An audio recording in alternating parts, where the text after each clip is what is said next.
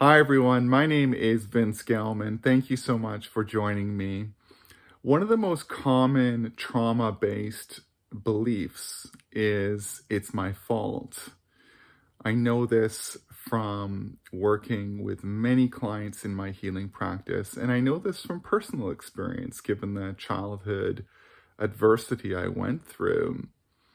It's my fault is a common belief because choosing that belief, and this is not something that children generally do consciously, it's an unconscious choice, but choosing the belief it's my fault is a survival adaptation.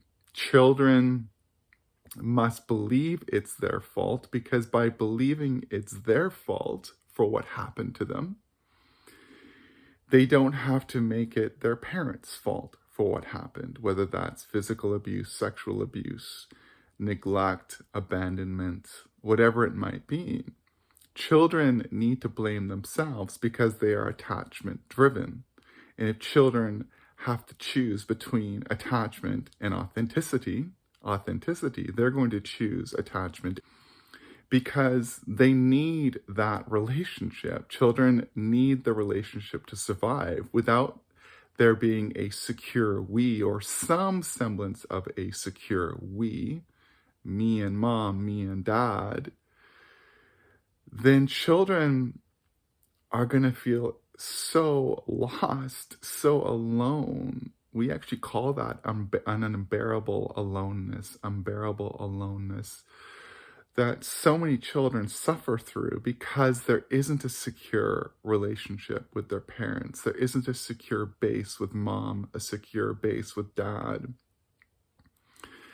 And so children, because they're so attachment driven, and attachment really is another word for bond, or connection. They're so attachment driven that they have to blame themselves so that they can continue to believe that their parents have their best interests at heart. They have to see good where there isn't good. They have to hold their parents in in an image of infallibility when there actually is fallibility because their parents are abusing them or neglecting them. So just remember, and you likely know this already, and I've written extensively about this. I might, if I remember, put a link in the description, that if a child has to choose between authenticity and attachment, they will choose attachment. They need the relationship to survive. If that secure attachment isn't there, children crumble into deep terror, deep aloneness and terror. There are some derivative beliefs that go with it's my fault. And one of them, I mean, really all of them I had to work through. I am wrong. I am bad. Those are really common beliefs. They're self-shaming, self-blaming beliefs that are really debilitating and can create all sorts of chronic mental, emotional, physical issues later on in life, or even as a young child. Something I struggled with as a young person was obsessive compulsive disorder. And I didn't realize that it had to do, and how could I? I didn't realize that it had to do with the abuse I experienced. In fact, I didn't even realize I was abused because the memory was suppressed. But I started having these really weird compulsive behavioral issues that were debilitating to some degree. It was a way that I managed the anxiety in my system. So it's my fault is a very common belief in our society, especially when we consider the amount of dysfunction there has been in homes going back in history, the amount of abuse, the amount of neglect, etc., etc. So our healing journey is one of realizing, taking to heart, knowing that we are innocent of what happened, that it wasn't our fault. This can take a long time. It can take, it really depends on the trauma, it depends on the resiliency of the person, but it can take a long time to realize that it wasn't your fault for what happened, that you are innocent of what happened, and it's actually your parents. It's their responsibility. They're the ones who are at fault for what happened and not you. It's not your responsibility. But you see, there's a dilemma here for us in claiming our innocence and knowing that we are innocent, and that is that we must do something difficult for a lot of adults, and that is realize that actually our parents didn't have our best interests at heart. And that can be really tough for an adult to really take to heart, to really believe that, because, and I've talked about this many times in videos before, and I've written about this, it can be tough because as adults, we may have worked really hard to heal our relationships with our parents, and we're now spending time with our parents, quality time. And in our healing journey, we suddenly realize that, oh my God, I'm waking up to the fact that they did more harm than I thought. They weren't quite as infallible as I thought, because memories might start coming, might surfacing, my memories might start to surface from the shadows as we start to heal these old trauma imprints and program imprints. And so we may be faced with a dilemma that I now have to hold my parents responsible. I may not necessarily need to talk to them about it, but at least internally, I need to hold them responsible for what happened and stop holding myself as responsible for what happened, given that I was a 3-year-old, a 4-year-old, a 5-year-old at the time that the neglect, the abuse, etc. took place. We are also talking about the rewiring of a survival adaptation, which was rooted in fear. Remember, it was fear that made us blame ourselves, not our parents. It was fear. Fear created that adaptation to point at ourselves and not at our parents. So if we begin to consider it was their responsibility, then what can surface is the fear that had us point to ourselves in the first place. Does that make sense? If the underlying emotion is fear or terror that has us have to point at ourselves in order to survive, then if we're 30 or 40 and we're sitting in our therapist's office, or we're laying down in a shamanic healing journey, and we start to realize that they are responsible, then what can happen is that as we begin to point at them, at least in our own mind, our own heart, the fear can begin to surface that says, is it safe to point to them? Because it wasn't safe to point to them when we were 4. So as we point to them as a 40-year-old, it unlocks the terror that was there at the age of 4 that had us point at ourselves. So as we flip it around and as we rewire, we may have to uncover and feel through the fear and the terror that formed that survival adaptation in the first place, that had us blame ourselves and not them. So this is one of the things that makes the journey complex, is that we have to feel it as it comes out. We have to feel it as it comes out. It depends on the type of healing you're doing. It depends on the quality, the kind of healing. We don't have to always re-experience and feel everything as we work through things. It depends. The type of online healing and activation work I do, the transmissions I do the heavy lifting for you, which is what a good transmission does. A powerful transmission does. It does the heavy lifting for you, so that you don't necessarily have to slog through everything in the way that I had to through years and years of ayahuasca and mushroom ceremonies and therapy sessions and I did so much work on myself. Really, it's been 20 plus years.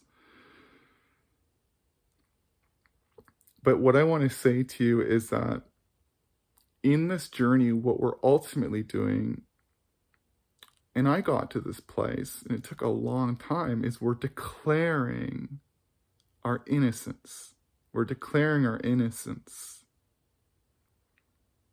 We're declaring, not necessarily out loud, not necessarily to someone, but in our heart, we're declaring to ourselves, I am innocent.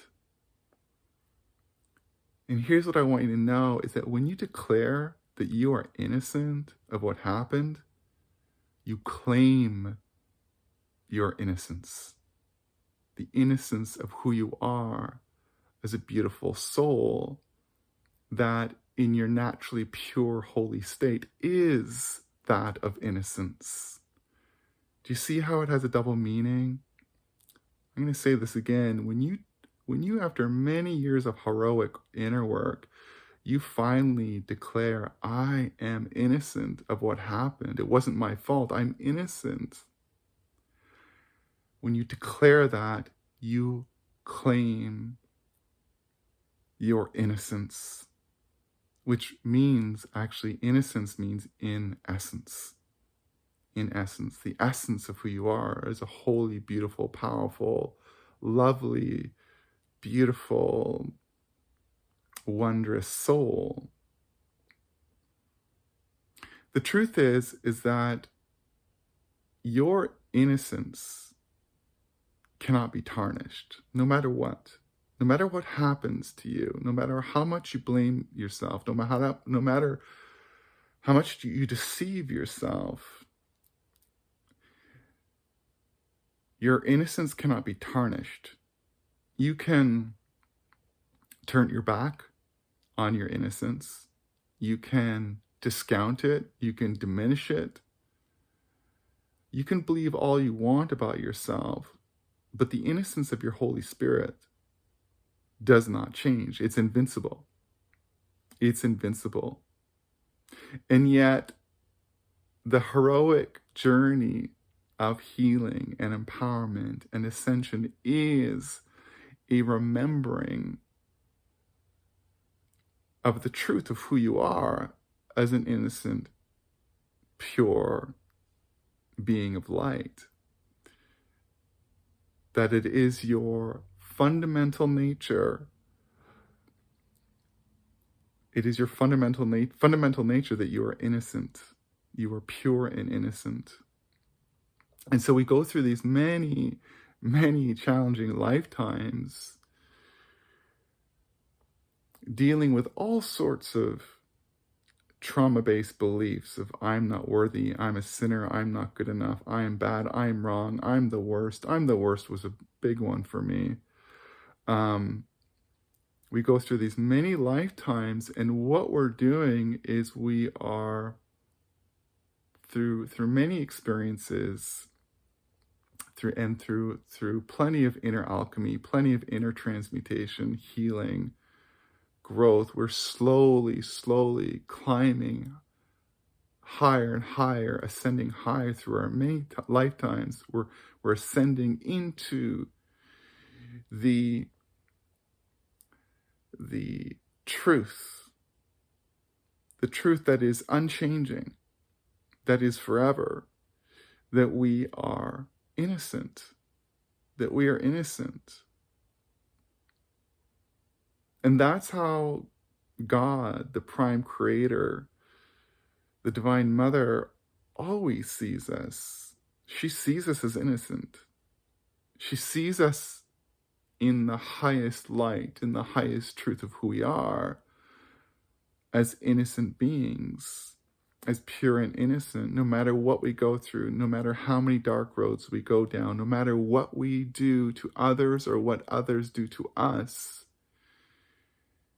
Whatever stories we accumulate, I am bad, it's my fault, I'm the worst, I'm not good enough, I'm a sinner, I'm unworthy. Whatever stories we accumulate are illusions. They're just temporary illusions. They're stories that have absolutely nothing to do with ultimate reality. They're temporary rites of passage or journeys through the worlds of form, through the worlds of shadow, through the worlds of contrast. They're temporary experiences of illusion that we learn and evolve through, but that we eventually, through our many heroic lifetimes, ascend out of, only to remember and realize that we are innocent all along. We are innocent all along. And so it is a high, high spiritual accomplishment for a soul. It is a truly high accomplishment to claim our innocence, to say, I am innocent, and to know the purity of who you are in that innocence, to know it as the truth, the unwavering, forever truth of who you are. But to claim your innocence, you must declare yourself as innocent of what you believed was your fault, that wasn't your fault.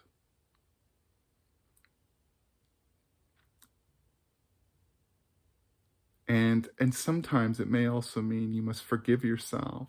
Often it'll mean you must forgive yourself. You must forgive yourself for what you've done to others as well, which is its own journey of self-love and returning to innocence and returning to purity of heart. So this is a long, long journey, but what I want you to know is that no matter what you've gone through, no matter what baggage you carry, or no matter what shadows you hold within you, they are temporary. They are learning patterns, learning their curriculum, you could say. But it's not ultimately who you are. You are indeed innocent. But this is a truth that must be taken to heart. It's one thing to know it in your head. It's another thing to know it in your heart. And it took me a long time to finally stand up and declare I am innocent of what happened, and therefore I am innocent. And that was a tremendous gift to my heart and my soul. It was a great act of self-love. It was a declaration of truth. So I wanted to share this with you all, and I'll put a link in the description, some writing that might be helpful for you. I want you to know that this weekend on Saturday, I can't remember what date it is. Is it Saturday the 24th? At 3 p.m. Pacific, I'm leading an Inner Star Child Healing and Activation online ceremony. That link will be in the description, the link to my online ceremonies. And on Sunday, I'm leading, same thing, another healing and activation ceremony, but this time it's going to be with the Pleiades star system. I'll be transmitting that star-like frequency to you. There are 77 Canadian these ceremonies, and they're 75 minutes long. And yeah, you're welcome to come along. And I have lots of links in the description to my social media, to my newsletter. Anyways, you know what to do. You can check it out if you want. Please like, comment, share, subscribe, all that jazz. Thank you so much for listening and watching, and take good care of your heart and soul. Thank you. Bye.